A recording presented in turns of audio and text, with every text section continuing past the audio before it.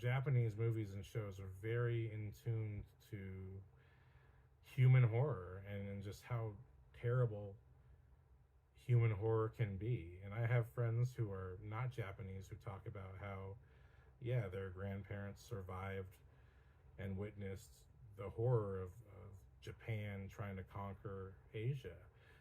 And so there's this kind of odd self-reflectiveness of that. Yes, the bombs that happened were absolutely horrible. The things we experienced were heinous, but it was also kind of like a check on us because we were also doing horrible, heinous things.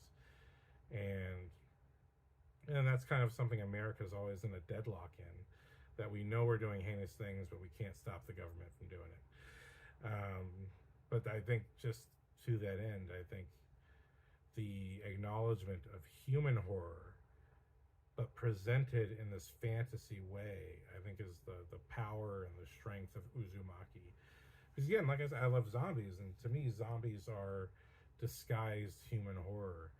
You hear about the group-led assaults on women in India, or you hear about human trafficking. You hear about the terrible things that people do to each other out in the world, and it's terrifying. And I think, to me, what zombies represent is just that baseline fear that there's another human body that doesn't care that I'm a human and is going to do horrific things to me out of a ravenous desire that can't be quelled by reason or by anything. And it's just, that's the real human horror that, to me, zombies represent.